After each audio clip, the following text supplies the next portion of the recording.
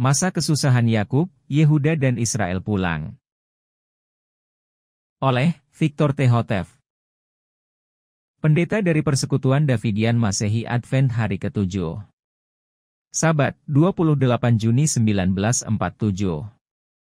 Kapel Gunung Karmel, Waco, Texas. Kita sekarang akan melanjutkan pokok pembicaraan yang sama yang sedang kita pelajari dari buku Yesaya, namun pada hari ini kita akan mempelajarinya dari buku Yeremia.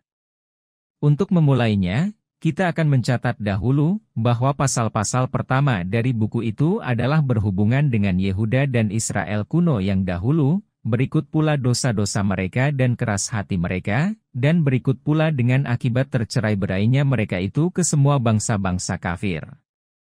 Tetapi pasal yang ke-30, tidak menyangkut tercerai-berainya Yehuda dan Israel kuno yang dahulu itu, melainkan menyangkut pengumpulan Yehuda dan Israel di masa kita sekarang. Kita akan memulai sekarang penyelidikan kita terhadap 3 ayat yang pertama. Yeremia 30 ayat 1-3.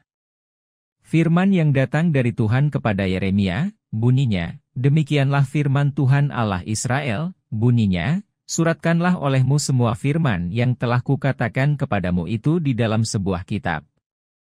Karena sesungguhnya hari-hari itu akan datang kelak, demikianlah firman Tuhan, bahwa aku akan menghantarkan lagi tawanan umatku Israel dan Yehuda, demikianlah firman Tuhan, dan aku akan membuat mereka itu kembali ke negeri yang sudah kuberikan kepada nenek moyang mereka itu, maka mereka akan memilikinya.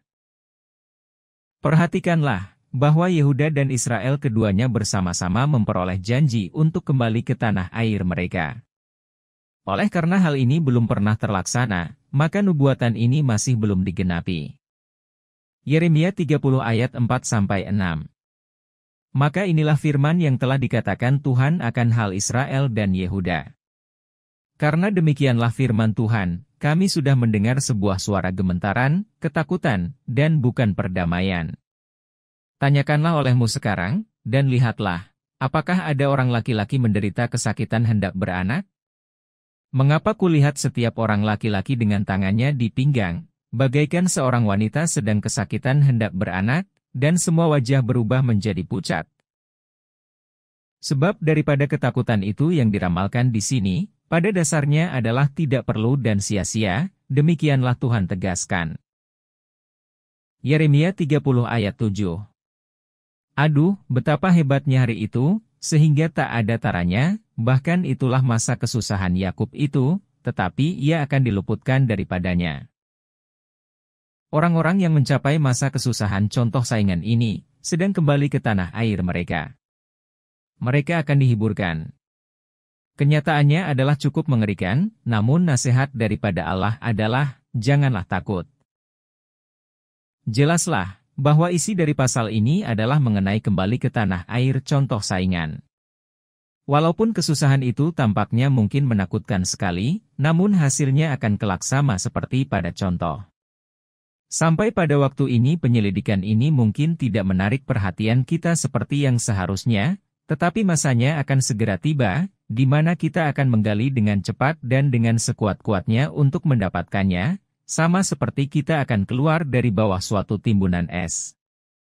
Tetapi walaupun demikian, orang-orang yang memiliki hanya sedikit iman dalam firman Allah, penyelidikan ini tidak akan membawa banyak manfaat bagi mereka. Sekaranglah waktunya untuk mulai membina iman yang kita perlukan untuk masa yang akan datang itu. Contoh bagi kita, yaitu Yakub, ia cukup mengetahui bahwa Allah sudah menghantarkan dia kembali dari Padan Aram ke tanah airnya, namun ia sangat gentar pada waktu didengarnya, bahwa Esau bersama-sama dengan 400 pengikutnya sedang dalam perjalanan untuk menjumpai dia. Di samping itu, ia telah dibawa untuk bergumul dengan malaikat sepanjang malam. Ia berhasil menang, hanya karena tidak dilepaskannya malaikat itu pergi, sebelum ia memberkati dia. Hasil akhirnya adalah, bahwa pada keesokan harinya, gantinya Esau membinasakan seluruh rombongan itu, ia malahan menyambut Yakub dengan ramahnya sambil memberikan ciuman, lalu dengan akrabnya mengundang Yakub untuk pulang. Demikianlah setelah semuanya terlaksana dengan sendirinya, maka Yakub menyaksikan dengan jelas bahwa adalah sama sekali tidak perlu memiliki takut. Betapa membesarkan hati, bahwa semua perkara ini telah jadi terhadap mereka sebagai contoh-contoh, dan semua itu telah ditulis menjadi nasihat bagi kita, terhadap siapa akhir sejarah dunia akan datang. 1 Korintus 10 ayat 11. Apa yang telah jadi terhadap Yakub, pasti akan jadi juga terhadap kita, maka betapa membesarkan hati jika kita mengetahui semua ini jauh-jauh sebelumnya. Jika sebelumnya belum pernah kita tahu, maka kini akan kita saksikan, bahwa di mana terdapat contoh, akan terdapat juga contoh saingannya, dan bahwa di mana tidak ada contoh, maka tidak akan ada kebenaran. Yeremia 30 ayat 8. Karena akan jadi kelak pada hari itu, demikianlah firman Tuhan seruan sekalian alam, bahwa aku akan mematahkan kuknya daripada lehermu, dan aku akan memutuskan semua tali pengikatmu, dan orang-orang asing tidak akan lagi memperhambakan dia. Ayat ini mengatakan dengan jelas, bahwa Allah akan memerdekakan umatnya dari semua kuk bangsa-bangsa kafir, dan bahwa orang-orang asing, orang-orang yang tidak bertobat, tidak akan lagi mengganggu mereka. Yeremia 30 ayat 9. Melainkan mereka akan melayani Tuhan Allah mereka, dan Daud Raja mereka, yang akan kubangkitkan bagi mereka itu. Pengikut-pengikut kebenaran tidak akan lagi melayani orang-orang lain, melainkan mereka akan melayani Tuhan, dan seorang Raja yang Allah sendiri akan sediakan bagi mereka. Yeremia 30 ayat 10. Sebab itu janganlah engkau takut, hai Yakub hambaku, demikianlah firman Tuhan. Janganlah engkau cemas, hai Israel, karena sesungguhnya aku akan melepaskan kamu dari jauh, dan segala anak cucumu dari tanah perhambaan mereka itu. Maka Yakub akan kembali dan akan bersenang sentausa, dan tentram, maka tak seorang pun akan membuatnya takut. Oleh sebab itu tidak ada perlu takut, tetapi adalah diperlukan iman terhadap semua janji dari Allah. Yeremia 30 ayat 11. Karena aku adalah besertamu, demikianlah firman Tuhan, untuk menyelamatkan dikau, sungguh pun aku menghabiskan segala bangsa kepada siapa sudah aku mencerai-beraikan dikau, tetapi aku tidak akan menghabiskan dikau, melainkan aku akan memperbaiki kamu dalam ukuran, dan tidak akan membiarkan kamu sama sekali bebas hukuman. Hukuman yang diperhitungkan kepada Israel ialah tercerai-berainya mereka itu di antara bangsa-bangsa kafir, seperti yang ditegaskan di dalam ayat-ayat yang menyusul. Tetapi bagaimanapun juga, masa kebebasan telah tiba, maka untuk inilah kita hendaknya bergembira dan memuliakan Allah. Yeremia 30 ayat 12-19. Karena demikianlah firman Tuhan, bahwa bilurmu tidak dapat disembuhkan dan lukamu adalah sangat pedih. Seorang pun tiada yang membicarakan halmu, sehingga boleh kamu tertolong, tak ada obat yang dapat menyembuhkanmu. Semua kekasihmu telah melupakan dikau, tiada mereka itu bertanya-tanya akan dikau, karena sudah kulukai kamu dengan luka seorang musuh, dengan penyucian yang kejam, dari karena banyaknya segala kejahatanmu, karena semua dosamu telah bertambah-tambah. Mengapakah kamu menangis karena penderitaanmu? Kesusahanmu tidak akan terobati dari sebab banyaknya kejahatanmu, sebab dosa-dosamu telah meningkat, maka aku telah berbuat semua perkara ini kepadamu.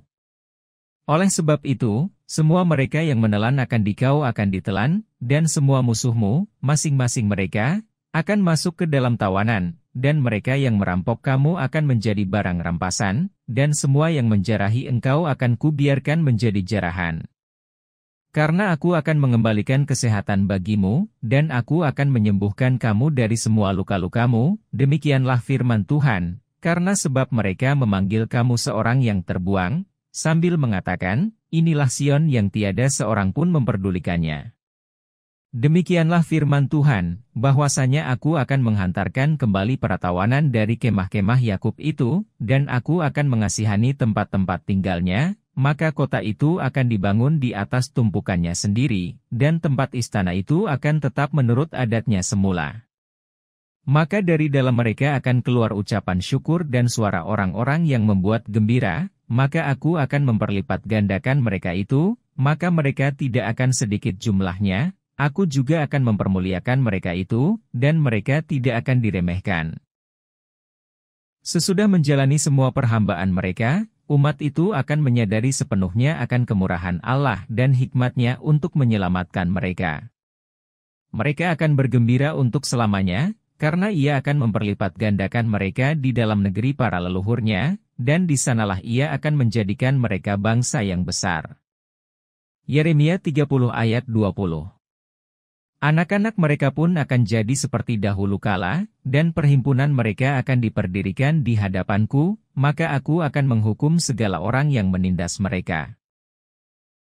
Kerajaan itu, sidang yang sudah disucikan dan sebagian dari dunia, akan kelak sama keadaannya dan sama kenyataannya seperti halnya kerajaan Israel kuno yang dahulu, tetapi tidak akan terdapat orang berdosa di dalamnya. Yeremia 30 ayat 21-23.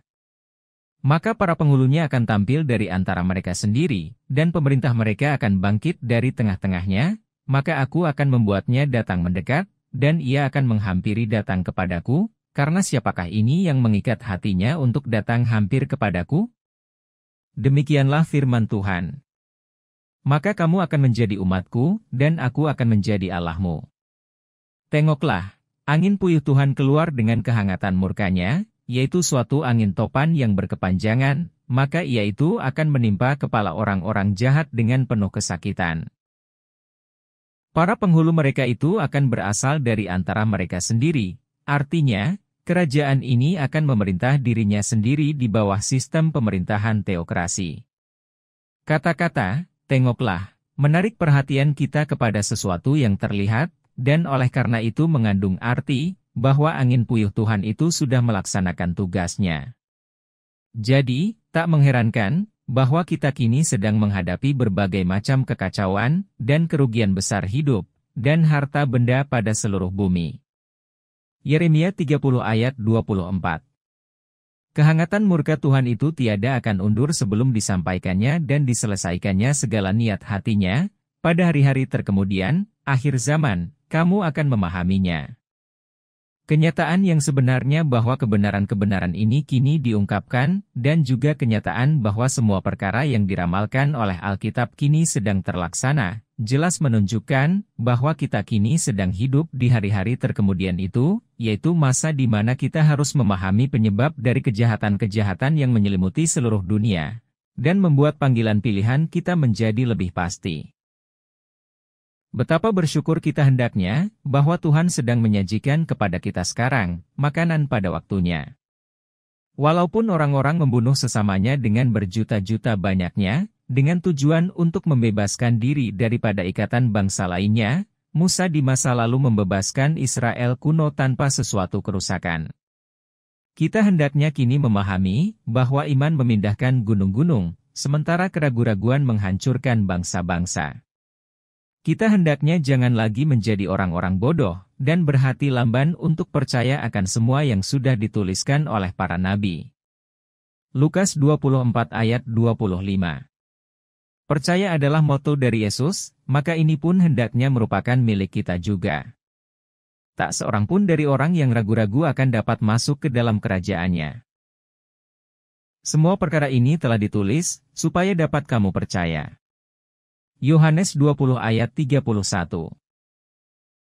Hanya ada satu kesimpulan yang masuk akal yang dapat kamu ambil, dan itu ialah menyambut dan menyesuaikan diri dengan sepenuh hati terhadap semua tulisan para nabi. Janganlah hendaknya orang memalingkan perhatianmu daripada kebenaran ini.